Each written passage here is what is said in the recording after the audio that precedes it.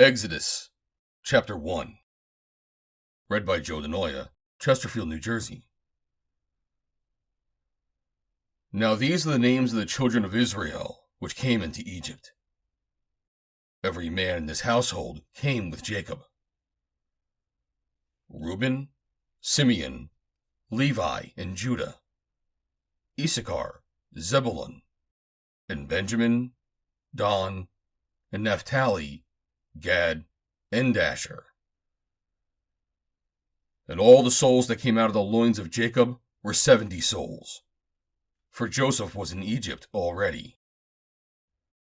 And Joseph died, and all his brethren, and all that generation.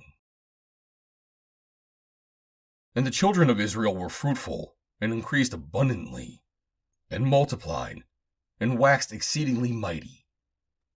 And the land was filled with them. Now there arose up a new king over Egypt, which knew not Joseph. And he said unto his people, Behold, the people of the children of Israel are more and mightier than we. Come on, let us deal wisely with them, lest they multiply, and it come to pass, that, when there falleth out any war, they join also unto our enemies, and fight against us, and so get them up out of the land. Therefore did they set out over them taskmasters, to afflict them with their burdens. And they built for Pharaoh treasure cities, Pithom and Ramses. But the more they afflicted them, the more they multiplied and grew, and they were grieved because of the children of Israel. And the Egyptians made the children of Israel to serve with rigor, and they made their lives bitter with hard bondage, in mortar and in brick, and in all manner of service in the field. All their service, wherein they made them serve, was with rigor.